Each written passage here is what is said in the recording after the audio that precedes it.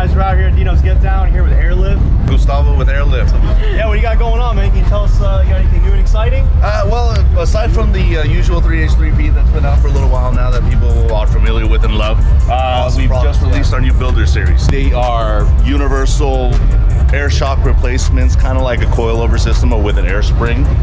3 different mounting options, 3 different bag types, 3 different shock lengths. Measure on your vehicle the space you need, similar to what you would with a standard shock or coilover. Choose your mounting type and the bag type that fits your application, and you've got instant air ride. Awesome. Love it. Yeah. Real easy for all the modern guys too, you know. Yeah, exactly. Can't get better than kind of that. field back mounts and things like that. Exactly, very simple. I mean, you've already got a coilover setup here, easy to convert to air, and it's 30-way dampening, adjusting, very high quality monotube shock.